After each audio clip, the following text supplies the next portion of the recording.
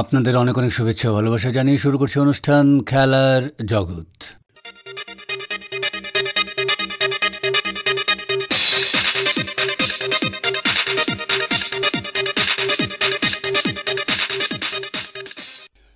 Nuruddin trophy আন্তঃজেলা senior cricket প্রতিযোগিতায় আগামী 26 ও 27 April প্রথম ম্যাচে শিলচর দল মুখোমুখি হবে কার্বি আংলংয়ের বিরুদ্ধে। বর্তমানে অভিষেক ঠাকুরের নেতৃত্বে শিলচর ডিএসও স্টেডিয়ামে অনুশীলন চলছে জোর কদমে। এবারে জেলা দল গঠন এবং সাফল্য নিয়ে একান্ত সাক্ষাৎকারে দলের কোচ কাম ম্যানেজার রেহান জামিল মজুমদার জানালেন, আমাদের প্রথম ম্যাচ হচ্ছে কার্বি আংলংয়ের এগেনস্টে। আমরা সাউদার্ন জোনে খেলছে। সাউদার্ন জোনের টিম রয়েছে, দুইটা ভেন্যু আছে, একটা শিলচর ডিএসএ আর একটা হাইলাকান্দি ডিএসএ। আজকে ম্যাচ চলছে শিলচর ডিএসএতে হাইলাকান্দি ভার্সেস ডিমাসা, আর হাইলাকান্দিতে আজকে ম্যাচ আছে কার্বি আংলং ভার্সেস লক্ষ্মীপুর। আমরা সেকেন্ড ম্যাচটা খেলবো। আমাদের ম্যাচ হচ্ছে হাইলাকান্দিতে খেলবো 26 এবং 27। আমাদের ফার্স্ট ম্যাচ কার্বি আংলংয়ের এগেনস্টে। সেই দলের জন্য যে টুর্নামেন্টটা নুরুদ্দিন ট্রফি খুব একটা প্রেস্টিজিয়াস টুর্নামেন্ট। অনেক বছর থেকে শিলচর এই টুর্নামেন্টে অনেক ভালো করছে। আমরা 6বার ফাইনালি রানার্স আপ হয়েছি এবং একবার আমরা চ্যাম্পিয়নও হয়েছি। নুরুদ্দিন ট্রফি 2বার চ্যাম্পিয়ন হয়েছি আমরা। এই টুর্নামেন্টে অনেক সব প্লেয়ারদের পারফরমেন্সের উপরে আসাম ক্রিকেটের চোখ থাকে, কেন কি এখান থেকে রঞ্জি ট্রফি ক্যাম্পের সিলেকশন হয়। তাই আমাদের প্লেয়াররা অনেক প্রস্তুতি নেয় এই টুর্নামেন্টটা খেলার জন্য। আর এইটাই মূলত আমাদের আসামের সবচেয়ে বড় টুর্নামেন্ট সিনিয়র প্লেয়ারদের জন্য, যেখানে কোনো এজ লিমিট নেই। আমাদের শিলচর দলে কতজনকে ডাকা হয়েছে? শিলচর দলে আমাদের মোট 46 জনকে ডাকা হয়েছিল ট্রায়ালে। তার মধ্যে থেকে আমরা ইতিমধ্যে 15 জনকে সিলেক্ট করে নিয়েছি এবং স্ট্যান্ড বাইতে রয়েছেন আমাদের 5 জন মেম্বার। আমাদের 2-3 জন প্লেয়াররা আসাম ক্রিকেট অ্যাসোসিয়েশনের ট্রায়ালে চলে গিয়েছিলেন। পারভেজ মুশারফ, যিনি রঞ্জি ট্রফি প্লেয়ার, আর তার সঙ্গে দিবাকর জরি একটু চুট আছে, ও গিয়েছেন বোম্বেতে, ও রঞ্জি ট্রফি খেলেছে লাস্ট ইয়ার। মুম্বাইয়ের এগেইনস্টে 5টি উইকেট নিয়েছিল। আর আমাদের এখানে আপনার আরও 2 জন প্লেয়ার, ওরা বাইরে রয়েছেন, ওদেরও সেম আসাম ক্রিকেটের ট্রায়াল ছিল, কিন্তু কালকে আসাম ক্রিকেট এই ট্রায়ালটাকে ক্যান্সেল করে বাতিল করে দিয়েছে নুরুদ্দিন ট্রফি খেলার জন্য। তাই আমরা ওদেরকে স্ট্যান্ড বাইতে রাখেছি। সম্ভবত আমরা নেক্সট ম্যাচে ওদেরকে টিমে ইনক্লুড করব। তো বর্তমানে দলে সিনিয়ররা এইরকম খেলোয়াড় কারা রয়েছেন? বর্তমানে আমাদের দলে অনেক ভালো প্লেয়াররা রয়েছেন। আমাদের ক্যাপ্টেন অভিষেক ঠাকুরি, যিনি রঞ্জি ট্রফি প্লেয়ার, তার সঙ্গে আমাদের রাহুল সিং, যিনি কারেন্ট রঞ্জি ট্রফি খেলছেন, উনি হচ্ছেন ভাইস ক্যাপ্টেন আমাদের দলের। অভিজ্ঞতা প্লেয়ারের মধ্যে শ্রমিক দাস আছেন, রাজু দাস আছেন, তার মধ্যে একজন আমাদের এখন যে ইয়ং সেন্সেশন ঋতিক দর, তিনিও খুব ভালো করছেন, ও টিমে আছে। তার সাথে সাথে 2 জন ইয়ংস্টারকেও আমরা চান্স দিয়েছি, আয়ুষ দত্ত এবং বিপ্লব। অভিষেক দেব আছে ইয়ংস্টারের মধ্যে। সিনিয়রের মধ্যে অমিত যাদব আছে, জয়দীপ সিং আছে, আরও বিভিন্ন প্লেয়াররা আছেন। ওপেনিংয়ের কোনো সমস্যা রয়েছে? ওপেনিংয়ে কোনো সমস্যা নয়। আমাদের তো একটাই প্রবলেম হয়ে গিয়েছে, আমাদের অভিজ্ঞ ওপেনার, যিনি রঞ্জি ট্রফি ওপেনিং করেন, পারভেজ মুশারফ, উনি তো ট্রায়ালে চলে যাওয়ায় আমরা দলটি ডিক্লেয়ার করে দিয়েছিলাম 5 ম্যাচের জন্য। তো ওনার জায়গায় অন্য নতুন একজন ছেলে ওপেনিং করবে। ও আমরা আর চোখ আছে 2 জনের উপরে, অভিষেক দেব অথবা বিপ্লব সিনহা, যার মধ্যে আমরা একজন নিয়ে নেব ওপেনার হিসাবে। বোলিং দিকটা স্পিন বা অলরাউন্ডার বা স্পেশাল, এটার দায়িত্বে কারা কারা রয়েছেন? বা সেটা তো আমাদের স্পিনিং দায়িত্ব খুবই ভালো। রাহুল সিং আমাদের লেফট আর্ম স্পিনার আছে, রঞ্জি ট্রফির লেফট আর্ম স্পিনার। তার সাথে আমাদের ঋতিক দর আন্ডার-16 ক্যাপ্টেন, এবার আসাম দলের, ও খুব ভালো ফর্মে রয়েছে, লেফট আর্ম স্পিনার আমাদের।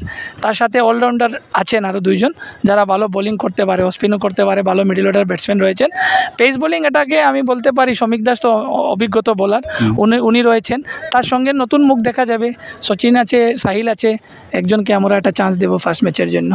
তো এই যে দল, সেটা গতবারের যে দলটি ছিল সেই দল থেকে কেউ বাদ পড়েছেন নিশ্চয়ই?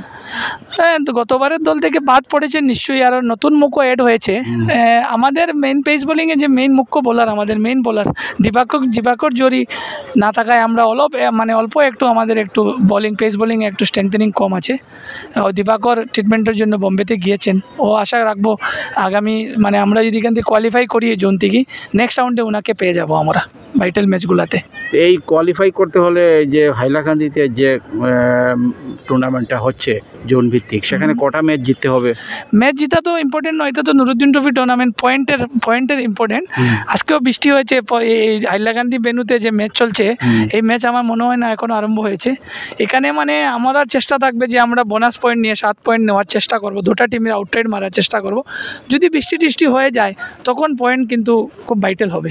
হাইলাকান্দিতে যে প্রথম ম্যাচটা হবে, এরপর কোন জায়গায় হবে, সেটা কোন রাউন্ডের খেলা? সেটা এখনও ডিক্লেয়ার হয়নি। সব জোন থেকে মানে সব গ্রুপ থেকে এখানের একজন জোন চ্যাম্পিয়ন আর ওইদিকের যে মানে বেনুর চ্যাম্পিয়ন, দুইজন দলই কোয়ালিফাই করবে আগামী রাউন্ডে। এর পরবর্তী রাউন্ডে সেটা কি ফাইনাল রাউন্ড? এর পরবর্তী রাউন্ডে কোয়ার্টার ফাইনাল থাকবে, তারপরে সেমিফাইনাল থাকবে, এরপরে ফাইনাল থাকবে। কি মনে হয় আপনার একজন কোচ হিসাবে বা একজন অভিজ্ঞ খেলোয়াড় শিলচর জেলা দলে, এই বর্তমান যে জেলা দল সে নিয়ে কতটুকু আশাবাদী? যদি উপরওয়ালার আমাদের উপরে হাত থাকে এবং বৃষ্টি টিষ্টি না হয়, প্রপার ম্যাচ যদি হয়, আশা রাখছি আমরা তো ফাইনাল খেলার মতন দল আমাদের। বাকি তো ক্রিকেট আনসার্টেন গেম, কিছু বলা যায় না। দল আমাদের খুবই শক্তিশালী। শিলচর দল শুধু এইবার নয়, সববারই নুরুদ্দিন ট্রফি বলেন, এবার তো আমাদের ইটকলা ক্লাব অল আসাম একটু চ্যাম্পিয়ন হয়েছে, ক্লাব ক্রিকেটেও চ্যাম্পিয়ন হয়েছে। তাই শিলচর সব শক্তিশালী দল, সব গ্রুপেই শক্তিশালী দল। তো এই যে গুরুত্বপূর্ণ একটা টুর্নামেন্টের আগে যতটুকু প্রয়োজন প্রশিক্ষণের অনুশীলনের, সেটা সময় পাওয়া গেছে? হ্যাঁ, এবার ডিএসএ আমাদেরকে অনেক হেল্প করেছে। অত ব্যস্ততার মধ্যে দিয়ে আমাদেরকে পিচ প্রোভাইড করা হয়েছে, ইনডোরও প্রোভাইড করেছে, আমাদেরকে গ্রাউন্ড অ্যাভেলেবল দিয়েছে। আমরা 2 বেলা প্র্যাকটিস করেছি। সকালে আমরা ফিটনেসের উপরে অনেক জোর দিয়েছি, কেন কি হট হিউমিড ওয়েদার থাকবে, এপ্রিল মাসে খেলা চলবে, মে জুন অবধি যাবে টুর্নামেন্ট। তাই আমরা অনেক ভালো সকালে আমাদেরকে গ্রাউন্ড অ্যাভেলেবল দেওয়ার জন্য আমরা হার্ড ট্রেনিং সেশন করেছি। তারপরে বেলা আমাদেরকে পিচ দিয়েছে যে সময় ম্যাচ বন্ধ ছিল আমাদেরকে মেইন উইকেটে প্র্যাকটিস করার সুযোগ দিয়েছে। আমরা অনেক ভালো প্রস্তুতি নিয়েছি। এখন বৃষ্টির মধ্যে অনেক ডিস্ট্রিক্টের কাছে কোনো স্কোপ নেই, আমাদের কাছে প্র্যাকটিস করার স্কোপ আছে।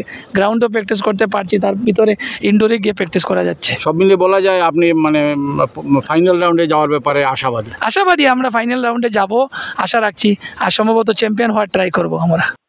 হাইলাকান্দি জেলা ক্রীড়া সংস্থার মাঠে 23 এপ্রিল থেকে অনুষ্ঠিত হচ্ছে সিনিয়র আন্তজেলা ক্রিকেট প্রতিযোগিতা। এ নিয়ে আকাশবাণীকে দেওয়া একান্ত সাক্ষাৎকারে জেলা ক্রীড়া সংস্থার ক্রিকেট সচিব কৃষ্ণেন্দু দাস জানান, senior inter district Nuruddin trophy আমাদের হাইলাকান্দি ভেন্যুতে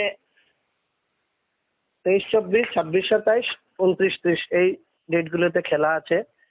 আমাদের ভেন্যুগুলোতে শিলচর, কার্বি আংলং আর লক্ষ্মীপুর।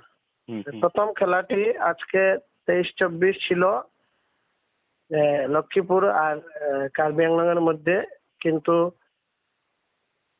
আজকে প্রচুর বৃষ্টির জন্য এই 2-3 দিন ধরে খুব বৃষ্টি হচ্ছে, যার জন্য আজকের দিনে খেলা করাটা সম্ভব হয়নি। আমরা খুব চেষ্টা করেছি আমাদের পক্ষ থেকে, কিন্তু কোনো মানে এমন টাইমে বৃষ্টি দিয়েছে যার মানে আজকের খেলাটা করানো যায়। আজকে যদি বৃষ্টি হয় না, তাহলে কালকে হয়তো সকালবেলা খেলা শুরু হয়ে যাবে টাইম মতো। কালকে আগামীকালকে আরম্ভ হলে প্রথম খেলাটি কোন কোন ইয়ের? আগামীকালে হয়তো লক্ষ্মীপুর আর কার্বি আংলং এর মধ্যে আজকে থেকে শুরু হওয়ার কথা ছিল, কিন্তু এটা তো 2 ডেজ ম্যাচ, এটা কালকে শুরু হবে। আর এই ম্যাচগুলোতে যে ফার্স্ট ইনিংস লিড নেবে তারা 3 পয়েন্ট পাবে, আর যারা লিড নেবে না তারা 1 পয়েন্ট পাবে, আর যে সরাসরি জিতবে এরা 5 পয়েন্ট পাবে, আর যারা বোনাস নিয়ে জিতবে 6 পয়েন্ট পাবে, 1 পয়েন্ট বোনাস পাবে। আর আমাদের শিলচর ভেন্যুতে আমাদের হাইলাকান্দি, শ্রীভূমি আর ডিমা হাসাও আমাদের আজকে ম্যাচ শুরু হয়েছে 23-24। আজকে হাইলাকান্দি আর ডিমা হাসাওর মধ্যে ছিল, আজকে শুরু হয়েছে। ফার্স্ট ডে শেষ হয়েছে, হাইলাকান্দি টসে জিতে ফিল্ডিং এর সিদ্ধান্ত নেয়, আর ডিমা হাসাও দল প্রথমে ব্যাট করে 148 রান করেছে। আমাদের দলের এই অরিন্দম দেব 4 উইকেট, রাজ্জিত পাল চৌধুরী 4 উইকেট, আর আমজাদ হোসেন চৌধুরী 2 উইকেট পেয়েছে। আর জবাবে আমাদের হাইলাকান্দি 205 রান, 5 উইকেট আজকে দিন সমাপ্ত হওয়ার আগে। আমাদের সৌম্যকান্তি 4 রানের জন্য সেঞ্চুরি মিস করেছে 96। কবির আহমেদ লস্কর 24 রান করেছে, আর 35 রান নিয়ে স্মিথ বিশ্বাস নট আউট আছে, আর 24 রান নিয়ে আলামান মজুমদার নট আউট আছে। তো জেলা ক্রীড়া সংস্থার মাঠে এটা ছিল প্রথম খেলা। হ্যাঁ।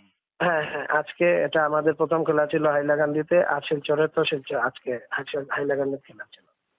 হুম, আজকে প্রথম খেলা ছিল 26-27 হবে শিলচর আর এই ডিমা হাসার মধ্যে, আর 30 তারিখ 29-30 হবে এই, শিলচর আর লক্ষ্মীপুরের মধ্যে। হুম, হুম। তো হাইলাকান্দিতে আর পরবর্তী খেলা?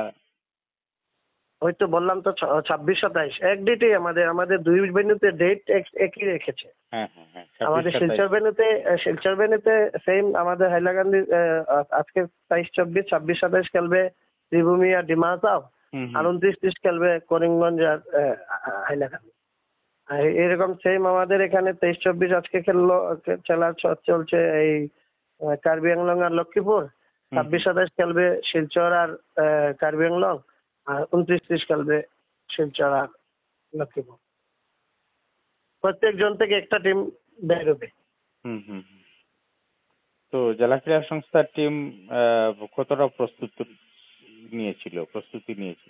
আমাদের পুরো পুরো প্রস্তুতি ছিল মানে খেলা করানোর জন্য, কিন্তু উপরওয়ালার কাছে তো আর আমরা পারি না। আমাদের তো আজকে পুরো ট্রাই করছিলাম যে আজকে যদি এক্সেশন করানো যায়, হুম, হুম, কিন্তু কোনো উপায় ছিল না।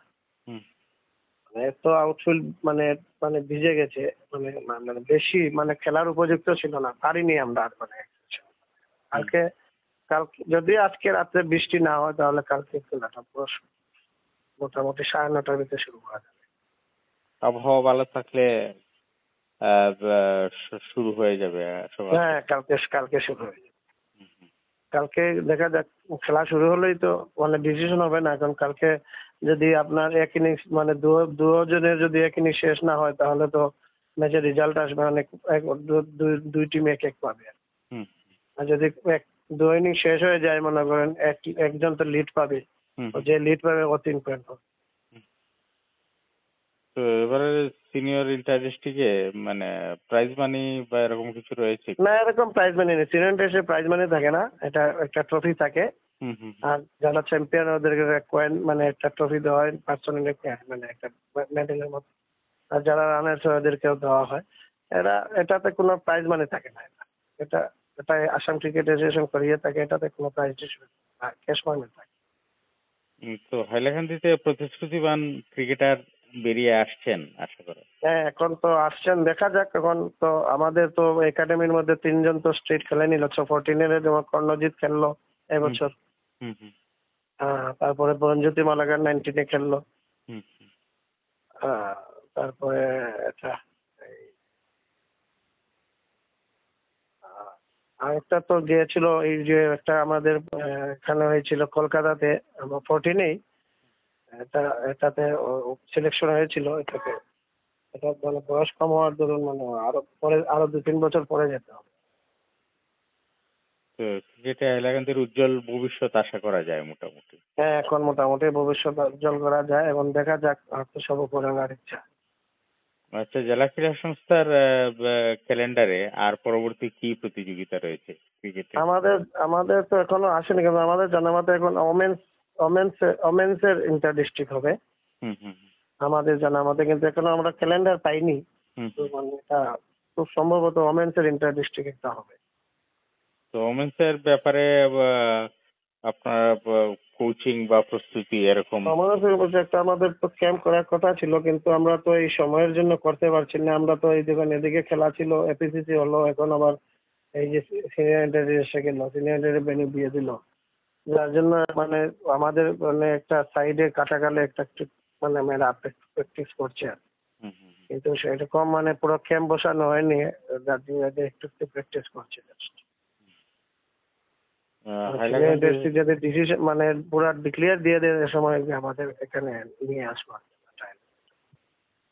হাইলাকান্দিতে ক্রিকেট মেয়েরা আরো বেশি করে বেরিয়ে আসছে বোধহয়।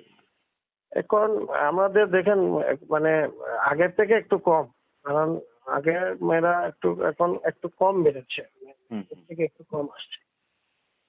আগের তুলনায় মেয়েরা একটু কম আসছে, হুম, কম আসছে। হয়তো এরকম আশাবাদী আমরা যে আরো বাড়বে। হুম, হুম, আমাদের আশা আছে যে এখন থেকে মেয়েরা, কারণ এখন দেখছি মেয়েরার উৎসাহ আরো একটু বেড়েছে, দেখে এখন দেখা যাক ভবিষ্যতে কি হয়। তো জেলা ক্রীড়া সংস্থা, হাইলাকান্দি জেলা ক্রীড়া সংস্থা আহ, আহ, এসব খেলায় সহযোগিতার হাত বাড়িয়ে দিয়েছে নিশ্চয়ই। হ্যাঁ, হাইলাকান্দির তো আমাদের প্রেসিডেন্ট সেক্রেটারি যারা আছে আর সবাই যারা ভাইস প্রেসিডেন্ট যারা পোস্ট, সবাই হেল্প করছে সবাইকে এই প্রতিযোগিতাগুলো, যারা যে যে যে প্রতিযোগিতা আমাদের এখানে আসে সুন্দর সুষ্ঠুভাবে যাতে সফল হয়, সবাই আমরা একসাথে একমত হয়ে আমরা কাজটা যাতে সুফল হতে পারে এই জন্য আমরা প্রচেষ্টা করতে থাকি সবাই। সম্প্রতি শ্রীভূমি জেলার সীমান্ত শহরে চেস টুর্নামেন্টে বক্তব্য রাখতে গিয়ে করিমগঞ্জ জেলা দাবা সংস্থার সভাপতি পঙ্কজ রায়চৌধুরী বললেন, সত্যি আজকে একটা দারুণ দিন। আমি তো এখানে থাকি না এখন, তাই আমি পুরো সময়টা থাকতে পারিনি। আমি আজকে এসে দেখলাম জাহানের সাথে আমার রেগুলারই কথা হচ্ছিল বা বাকিদের সাথে। নতুন কমিটি যেটা হয়েছে, প্রথম টুর্নামেন্ট যেটা উনি বলছিলেন, সত্যি দারুণ পার্টিসিপেশন, অনেক বাচ্চাদের নতুন মুখ আমি দেখতে পাচ্ছি। এর জন্য থ্যাঙ্কস গোজ টু একাডেমি, সুজয়দাম, সৈয়দ জাহান হোসেন, একাডেমিতে যেভাবে বাচ্চাদের শেখাচ্ছেন, তাতে করিমগঞ্জ থেকে আমরা অনেক রেটেড প্লেয়ার বেড়ে গেছি। আপনারা দেখেছেন আমরা যখন 2 বছর বা 3 বছর আগে যখন শুরু করেছিলাম, তখন যতজন রেটেড প্লেয়ার ছিল তার থেকে অনেক রেটেড প্লেয়ার বেড়ে গেছে। আজকে দাবা অ্যাসোসিয়েশন যে জায়গায় আজকে পৌঁছেছে, এর পেছনে যখন রাজকুমার নাথ মহাশয় ওনারা যখন শুরু করেছিলেন, স্বপ্ন দেখেছিলেন আজ থেকে অনেক অনেক বছর আগে, আজকে উনিও দেখে খুশি হচ্ছেন যে করিমগঞ্জের দাবা ধীরে ধীরে এগিয়ে যাচ্ছে অনেকটা জায়গায়। যে কথাটা আমাদের একাডেমির চেয়ারম্যান স্যার টাচ করেছিলেন, যে আজকে ভারতবর্ষ থেকে 18 বছর বয়সের একটা ছেলে কিন্তু বেরিয়েছে দাবা, এবং আমি যতটুকু জানি বিশ্ব চ্যাম্পিয়ন হচ্ছে ফ্যামিলি থেকে কিন্তু দাবা খেলতো, কোনো প্রতিষ্ঠিত প্লেয়ার সেরকম কিন্তু ছিল না। ইভেন ও যখন চ্যাম্পিয়নশিপে যাচ্ছে, হি ওয়াজ নট ইভেন ও কিন্তু সব থেকে ফেভারিট প্লেয়ার ছিল না। ওর থেকে সবাই ভাবছিল প্রজ্ঞানন্দ হয়তো যাবে চ্যাম্পিয়নশিপ করতে, কিন্তু আলটিমেটলি মুকেশ বেরিয়ে গেল। আজকে বাচ্চাদের আমি আরেকটা কথা বলছি, আজকে ভারতবর্ষে তোমরা হয়তো যে ব্যাপারটা বেশি রিলেট করতে পারো, যদিও আমরা দাবা নিয়ে কথা বলছি, কিন্তু তোমরা অনেক বেশি হয়তো ক্রিকেট ফলো আপ করো। আজকে ইন্ডিয়ান ক্রিকেটে যে ছেলেটা খেলছে, 21 বছর বয়সের ছেলে যশস্বী জয়সওয়াল, ও বাবার সাথে মুম্বাইতে ফুচকা বিক্রি করছে, বাবাকে সাহায্য করছে ফুচকা বিক্রি করছে। তো সে জায়গা থেকেও উঠে আসা যায়, সব কিছুই পসিবল। এর জন্য সব থেকে দরকার হচ্ছে আজকে যখন বাচ্চা বসে থাকে, তখন বাচ্চার মধ্যে সেই স্বপ্নটা কিন্তু জাগিয়ে দেয় ওর মা বাবা। আজকে যে ছেলেটা অস্ট্রেলিয়াতে সেঞ্চুরি করলো রেড্ডি, ওর মা বাবা, আমি পড়েছি বাবার কান্না দেখছিলাম যেদিন সেঞ্চুরি করলো। তো বাবা যখন কতটুকু স্যাক্রিফাইস করেছিল, চাকরি টাকরি ছেড়ে ওর জন্য ও ক্রিকেটে চলে গিয়েছিল। এরকম দাবাতেও যারা আছে প্রত্যেকের পেছনে কিন্তু মা বাবার অনেক স্যাক্রিফাইস আছে। আজকে আমি কেন বলছিলাম মেহেদির মাকে বলতে, এর জন্যই বলছিলাম আজকে মেহেদি বা ইব্রাহিম যথেষ্ট ভালো খেলছে, কিন্তু জাহান আর ওর মিসেস মহসিনা, ও কিন্তু ওরা দুজন কিন্তু ওদের নিয়ে যাচ্ছে বিভিন্ন টুর্নামেন্ট খেলতে। এই স্যাক্রিফাইসটুকু কিন্তু করতে হচ্ছে, না হলে ওরা এই স্কোপটা পেত না। এই জিনিসটা খুব ইম্পর্টেন্ট, এর জন্য আমি চাইছিলাম ও কিছু বলুন। ও চাকরি করে, জাহানেরও বিজনেস আছে, সব কিছু মিলে অ্যাডজাস্ট করে, টাইম অ্যাডজাস্ট করে, সামা ম্যানেজ করে প্ল্যান্ড ওয়েতে টুর্নামেন্ট খেলছে। আমি গার্জেনদের একটা কথা বলবো, আমার ছেলে চেস খেলে বা খেলতো, এখানে একাডেমিতে শিখেছে। তো আমি একটা কথা বলবো, যে জায়গাটা আমাদের ভুল হয়েছে সে জায়গাটা আপনারা করবেন না। ভুলটা হচ্ছে আপনারা কিন্তু টুর্নামেন্টগুলো এআইসিএফ এর ক্যালেন্ডার দেখে বেছে বেছে টুর্নামেন্ট সিলেক্ট করে নেবেন। সুজয়দা আছেন, জাহান আছেন, দে আর দ্য বেস্ট গাইড। ওদের সাথে কথা বলে বাচ্চাদের কোন কোন টুর্নামেন্টে যদি ওরা পার্টিসিপেট করে, তাহলে রেটিংটা বাড়বে। কারণ একটা বাচ্চার যত রেটিং বাড়বে, ও কিন্তু তত বেশি মোটিভেটেড হবে। তাই সিলেক্টিং দ্য টুর্নামেন্ট খুব ইম্পর্টেন্ট। হঠাৎ গিয়ে একটা টুর্নামেন্ট খেলে নিলাম, এরকম না করে প্ল্যান ওয়েতে বছরের প্রথম, এখন শুরু হয়েছে জানুয়ারি মাস, এআইসিএফ এর পুরো ক্যালেন্ডার বেরিয়ে গেছে অলরেডি, আপনারা নেটে পেয়ে যাবেন, না হয় জাহানের সাথে যোগাযোগ করবেন করে কোন কোন টুর্নামেন্টে আপনারা যেতে পারেন সেটা সিলেক্ট করুন। কারণ টুর্নামেন্ট না খেলে কিন্তু হবে না। হ্যাঁ, টুর্নামেন্টে বাচ্চারা হারবে, এটা নয় যে বাচ্চা গিয়েই আপনার চ্যাম্পিয়ন হয়ে যাবে বা বাচ্চা গিয়েই একটা প্রাইজ পেয়ে যাবে, সেটা কিন্তু ভাববেন না। সেই সাথে একটা কাজ করুন, গার্জিয়ানরা মিলে, এখানে যারা আছেন অনেক গার্জিয়ান আমরা দেখছি বা আরও অনেক গার্জিয়ান আছে, একা একা যাওয়াটা খুব অসুবিধা। আমিও গিয়েছি, অসুবিধা হয়, ম্যানেজ করা যায় না। অনেক সময় তো একজন গার্জিয়ান আরেকজনকে, দুটো বাচ্চাকে নিয়ে যেতে পারছেন। একটা গ্রুপ, একটা টিম তৈরি করুন, তাতে কি হবে, প্রত্যেকটা বাচ্চার ডেভেলপমেন্ট হবে। জাহান, আমি কথাটা ভেবে দেখো তোমরা, যে আজকে 8জন 10জন গার্জিয়ানরা আছেন, প্রত্যেকের পক্ষে হয়তো সবসময় ছুটি নিয়ে যাওয়া সম্ভব নয়, কারণ কিন্তু চাকরি আছে, ব্যবসা আছে। এই কখনো একজন গেলেন, তারপর আরেকজন গেলেন, এভাবে অ্যাডজাস্ট করতে পারেন। এভাবে করতে পারলে কিন্তু দেখবেন বাচ্চারা আরও বেশি টুর্নামেন্ট খেলতে পারবে। আর এখানে যে সময় বাচ্চাদের এইজ দেখছি, এখনই কিন্তু সময়, উইদিন 14-15-এর মধ্যে যা করার করে নিতে হবে। তারপর দেরি হয়ে গেলে কিন্তু আমরা মধ্যবিত্ত পরিবার, আমরা যতই বিভিন্ন এক্সাম্পল দিই, তারপর আমাদের মধ্যে একটা লিমিটেশন চলে আসে।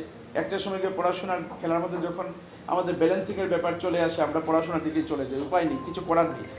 সেটা থেকে বেরিয়ে আসতে পারে তখনই যখন দেখা যায় যে সেরকম সে জায়গাটায় পৌঁছে যাচ্ছে। যেমন আজকে আসামে যে ছেলেটা সব থেকে হয়তো গ্র্যান্ডমাস্টার হয়ে যাবে এর মধ্যে মায়াঙ্ক, না মায়াঙ্কে বাবার সাথে যখন কথা হয়েছিল, ওরা ওদের ছেলের ট্যালেন্ট দেখে ওরা কিন্তু ছেড়ে দিয়েছিল ওদের প্রফেশন বন্ধ, কিছু ছেলেকে নিয়ে আছে। তো এরকম হয়তো আমার এখানে আসতে পারে, আজকে যারা বাচ্চারা বসে আছে এদের মধ্যে আসতে পারে। সব থেকে বড় দায়িত্ব হচ্ছে কিন্তু গার্জিয়ানদের। তাই চলুন আপনারা মিলে একটা প্ল্যানিং করুন, গার্জিয়ানরা মিলে একটা গ্রুপ তৈরি করুন নিজেদের মধ্যে। আমি বলছি না WhatsApp group, good morning good afternoon এগুলো আমি বলছি না। আমি বলছি যখনই আপনাদের দেখা হচ্ছে যে এই টুর্নামেন্টে আমি যেতে পারছি, চলো একসাথে যাই, ওই টুর্নামেন্টে আমরা যেতে পারছি, আমি যেতে পারছি না, আপনি বাচ্চাদের নিয়ে যান, এভাবে একটা কিছু করুন। আমি চাইছি আমার করে শ্রীভূমির যেসব ছেলেরা আজকে টুর্নামেন্টে এখানে ট্রেনিং নিচ্ছে, ওরা ম্যাক্সিমাম টুর্নামেন্টে পার্টিসিপেট করুন। প্র্যাকটিস হিসাবে দেখুন আজকে যে টুর্নামেন্টটা হয়েছে, দুদিনের টুর্নামেন্ট, আমি বিং দ্য প্রেসিডেন্ট আমি একটা প্রস্তাব রাখছি আপনাদের সবার কাছে যে এ ধরনের টুর্নামেন্ট আমরা 2 মাস একটা করতে পারি কিনা, সেটা একটু চিন্তা ভাবনা করা যাক। এমন কিছু দেখুন, যে কোনো কিছু অ্যাচিভ করতে গেলে একটা মিনিমাম খরচ করতে হয়। দাদা খুব সত্যি কথাই বলেছেন। তো আজকে এরকম যদি হয় যে 2 মাস পর আমরা একটা টুর্নামেন্ট করতে পারি, তো আজকে যে টুর্নামেন্টটা হয়েছে যেটা বলছিলাম, তো প্রত্যেকটা টুর্নামেন্ট বা যে কোনো কিছু করতে একটা কোস্টিংয়ের ব্যাপার আছে। আজকে দাবা খেলা যে শেখানো হচ্ছে, আমাদের একাডেমিতে আমাদের একটা প্রস্তাব আছে, আমরা হয়তো আপনাদের সঙ্গে এর মধ্যে যোগাযোগ করব। আমাদের একটা চিন্তাধারা আছে যে একাডেমিটাকে আরেকটু আপগ্রেড টুর্নামেন্ট ট্রেনিংয়ের ব্যবস্থা করা, যেমন ধরুন একটা বোর্ড, ডিজিটাল বোর্ড বা এরকম কিছু দিয়ে করা। তার জন্য কিছু ফিনান্সিয়াল ব্যাপার থাকবে, নিশ্চয়ই আমাদের তরফ থেকে থাকবে, সেখানে আপনাদেরও কিছুটা হলেও এগিয়ে আসতে হবে। আর একটা কথা মনে রাখবেন, দশের লাঠি একের বোঝা। তাই সবাই মিলে যদি আমরা শেয়ার করি, কিছু কিছু করে, কারোর উপরে বোঝা পড়বে না। কিন্তু আমার এই শ্রীভূমি শহর থেকে বা শ্রীভূমি জেলা থেকে অনেক ছেলেমেয়েরা, ইভেন হাইলাকান্দি জেলা থেকে উনি আসছেন, অনেকেই বেরিয়ে আসবে এখান থেকে। তো এই ব্যাপারগুলো একটু ভেবে দেখতে হবে। এগুলো যখন আমার একাডেমির চেয়ারম্যান স্যার আছেন, আমরা যখন বসে প্রস্তাব নেবেন, আমাদের একাডেমির উনি দায়িত্বে আছেন, আমার সৌরভবাবু আছেন, যখনই কথা হবে আপনাদের সাথে, আপনারা আপনাদের মতামতটুকু দেবেন, সাইলেন্ট থাকবেন না, ইয়েস ও নো। গার্জিয়ানরা সব থেকে বেশি ইম্পর্টেন্ট। যদি ধরুন একটা প্রস্তাব আসলো যে আমরা একটা টুর্নামেন্ট করি বা সামনে আমরা একটা ডিজিটাল বোর্ড করি, তার জন্য হয়তো আমাদের 5,000 টাকা লাগছে। আমার কাছে হয়তো রিসোর্স আছে 50 জন মানুষ আছে, তো 50 জন মানুষ যদি 5,000 টাকা চাই, 100 টাকা করে দিলেই হয়ে যাচ্ছে। তখন আপনারা সাইলেন্ট থাকবেন না, আমি নিজেও সাইলেন্ট থাকবো না। সবাই মিলে যাতে আমরা অ্যাক্টিভলি পার্টিসিপেট করি, যাতে করে আমরা খেলাটাকে এগিয়ে নিয়ে যেতে পারি। ভেবে দেখবেন এই ব্যাপারটা। 2 মাস পর টুর্নামেন্ট হোক, এ ধরনের টুর্নামেন্ট। বরাকবেলি, এটা তো বরাকবেলি ছিল, কিন্তু হাইলাকান্দি থেকে পার্টিসিপেট করেছেন, শিলচর থেকে হয়তো আসেননি কেউ। ঠিক আছে, আমি তবু ধরছি হাইলাকান্দি, শিলচর থেকে কেউ আসেননি। আমরা নেক্সট টুর্নামেন্টটা যদি আমরা আরেকটু বড়োভাবে করতে পারি, তাহলে শিলচর থেকেও প্লেয়াররা এখানে আসতে পারবে। আর ওখানে প্লেয়াররা এলে লাভটা কি দেখুন, যত কম্পিটিশন বাড়বে, যত বড় প্লেয়ার দেশে। আজকে জাহানের সাথে যখন একটা বাচ্চা খেলছে, যেমন আজকে সুদীপ্তর বাবাকে হারিয়ে দিয়েছে, আমি সকালেই ওকে ডেকে বলেছি তুই কী করলি, বাবাকে হারিয়ে দিই। তো দেখতেছেন এটা হচ্ছে এগিয়ে যাচ্ছে ব্যাপারটা। তো যত বাইরে থেকে প্লেয়ার আসবে, খেলতে আসবে, যখন একটু ভালো প্রাইজ মানি বা ভালো ট্রফি থাকবে বা টাইম থাকবে, তখন কিন্তু বাইরে প্লেয়ার আসবে। তো এগুলো একটু প্ল্যানগুলোতে আমাদের করতে হবে। আর আমাদের অ্যাসোসিয়েশনের তরফ থেকে আমরা যেদিন থেকে দায়িত্ব নিয়েছি, আমরা প্রথমে একটা জায়গাতে জোর দিতে চেয়েছি সবসময়, সেটা হচ্ছে সবথেকে ইম্পর্টেন্ট হচ্ছে খেলাধুলার টুর্নামেন্ট হবে। আমরা 2টো রেটিং টুর্নামেন্ট করছি, শিলচর রেটিং টুর্নামেন্ট হচ্ছে, আগামীতে আমরা রেটিং টুর্নামেন্ট করবো, স্কুল টুর্নামেন্টও করবো এর মধ্যে আমরা। তো সেগুলোতে আপনাদের গার্জিয়ানের তরফ থেকে অ্যাক্টিভ পার্টিসিপেশন লাগবে। যেমন ধরুন উনি বলছিলেন প্রচারের কথা, আমি সবাইকে আজকে একটা কথা বলবো। আমি জানি না আপনারা দেখুন, এখন সোশ্যাল মিডিয়ার যুগ, আমরা সোশ্যাল মিডিয়া পছন্দ করি অপছন্দ করি, এটা একটা এফেক্ট আমাদের সবার উপরই আছে। তো আমি সবাইকেই বলবো, আমরা তো দেবই, আজকে প্রত্যেকের ফেসবুক ওয়ালে আজকে যে টুর্নামেন্টটা হয়েছে 2-1টা ফটো দিয়ে এগুলো একটু দেবেন। দিলে কি হবে জানেন, আর 2জন মানুষ জানতে পারবে, যেটা উনি বলছিলেন। স্যার আপনার নামটা কি? আব্দুল হামিদ স্যার যেটা বলছিলেন যে আরও 2জন জানতে পারবে যে এখানে একটা একাডেমি আছে বা একটা টুর্নামেন্ট হচ্ছে। আপনার ফেসবুকে হয়তো আরও 1000 জন লোক আছে, আমার হয়তো 500 জন লোক আছে। তো এইভাবে কিন্তু আমরা ছড়িয়ে দিতে পারবো মানুষের মধ্যে। আমাদের মিডিয়া জার্নালিস্ট যারা আছেন, ওরা তো আমাদের জন্য করছেন, এই ব্যাপারটা সবাই করবেন। যারা আমি রিকোয়েস্ট করবো, টুর্নামেন্টের ব্যাপারে চেস অ্যাসোসিয়েশনের কোনো programme, you please circulate in your social media group, তাতে করে একটা ইনডাইরেক্ট প্রচার হয়ে যাবে। আর যারা আজকে প্রাইজ পেয়েছেন, বাচ্চারা বা বড়রা যারাই প্রাইজ পেয়েছেন, আমার সবথেকে ভালো লেগেছে আজকে যে আমাদের দাবার যে পিতামহ বিশ্ব শ্রীভূমিতে বলা হয় সুজয় দাম প্রাইজ পাননি, এর জন্য আমি ব্যক্তিগতভাবে সব থেকে খুশি। দুটো কারণে খুশি, কারণ উত্তমের একটা বার্ডেন কমে গেল, কারণ সুজয় দা যখনই প্রাইজ পান সেই টাকাটা বাড়ি নিয়ে যেতে পারেন, আমরা খেয়ে নিই, তো উত্তমের দায়িত্ব থাকে আজকে এটা থেকে উত্তম মুক্তি পেয়ে গেল। আর সেকেন্ড কথা হচ্ছে আজকে এরকম 6 জন প্লেয়ার চলে আসছে যারা সুজয় দাকে বাইরে বের করে দিয়েছে, দ্যাট ইজ ইম্পর্টেন্ট, এটাই এগিয়ে যাওয়া। আপনারা সবাই বলছে যারা প্রাইজ পাওনি ওরাও কিছু মন খারাপ করবে না, কারণ মনে রাখবে জীবনে কেউ একবারে সাকসেসফুল হয় না। আর নাম্বার 1 হওয়াটাই লক্ষ্য নয়, লক্ষ্যটা হচ্ছে খেলে আনন্দ পাওয়া, খেলাটাকে শেখো, খেলাটাকে ভালোবাসো, জীবনে অনেক কিছু পাবে, একদিন তুমিও এই বড় প্রাইজটা তুমিও পাবে।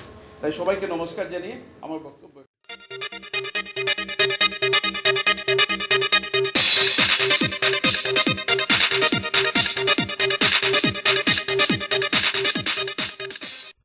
শ্রোতা বন্ধুরা, খেলার জগৎ আজ এখানে শেষ করছি। আপনাদের সঙ্গে আবার কথা হবে আমাদের আগামী অনুষ্ঠানে। আপনারা ভালো থাকবেন এবং অবশ্যই সুস্থ থাকবেন। এবারে বিদায় নিচ্ছি, তবে তার আগে জানিয়ে দেব উপস্থাপনায় ছিলাম অনির্বাণ জ্যোতিগুপ্ত, সাক্ষাৎকার নিয়েছেন রতন দেব, জসীমউদ্দিন লস্কর ও নবেন্দু দাস। অনুষ্ঠানটি সম্পাদনা করলেন কৃষ্ণেন্দু ভট্টাচার্য এবং প্রযোজনায় হিতব্রত ভট্টাচার্য।